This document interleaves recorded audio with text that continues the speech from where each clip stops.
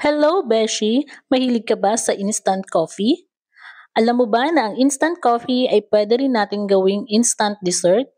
Kung gusto mong malaman, panoorin mo ang video na ito dahil gagawa tayo ng instant coffee plan. Ito nga pala ang affordable ingredients na pasok sa budget mo. Una, ilagay lang natin ang dalawang 3-in-1 coffee, unflavored gelatin, at pagkatapos noon ay lagyan natin ng 3 cups of water. Haluin lang natin ng haluin hanggang sa mawala yung mga buo-buo na coffee at gulaman. And then, isusunod naman natin ang powdered milk. Kung meron kayong evaporated milk, dapat yun ang gamitin nyo. Since wala akong evaporated milk, powdered milk ang ginamit ko. And then, isunod naman natin ang condensed. Kalahati lang nung nasa isang lata ang inilagay ko kasi sweet na siya. So, kalahati lang yung nilagay ko. And then, hahaluin natin siya ng hahaluin hanggang sa mawala yung pamumuo ng mga coffee at saka ng gelatin.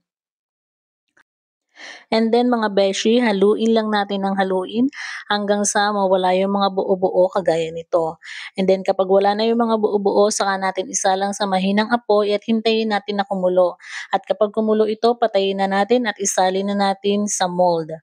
Ayan, kagaya ng nilagyan ko, kung anong available na mold ang meron kayo. Ayan, beshi, grabe, yung amoy pa lang, sobrang sarap na. O, di ba? Ang dami ko nang nagawa, beshi. Meron din dito sa mga maliliit na mold kasi ang dami na niya at marami na rin makakakain. Kaya kung ikaw lang ang kakain, for sure, ilang araw mo tong makakain kasi napakarami na ng magagawa mo dun sa ingredients na ipinakita ko sa inyo. And then, habang hinihintay ko na mabuo yung coffee plan, ay nagmelt ako ng chocolate kasi ilalagay ko siya sa toppings. Optional lang naman ito, beshi, kung gusto mo lang nalagyan at pwede rin hindi kasi yung mismong coffee plan ay sobrang sweet na. Sobrang sarap na niya. And then, nagyadyad din ako ng chocolate para ilagay sa ibabaw para mas magandang tingnan at mas lalong sumarap ang coffee plan.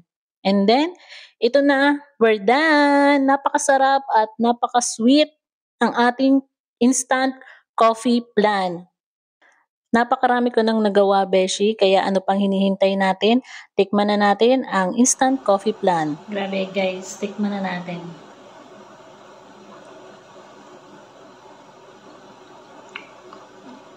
Grabe. Sobrang sarap.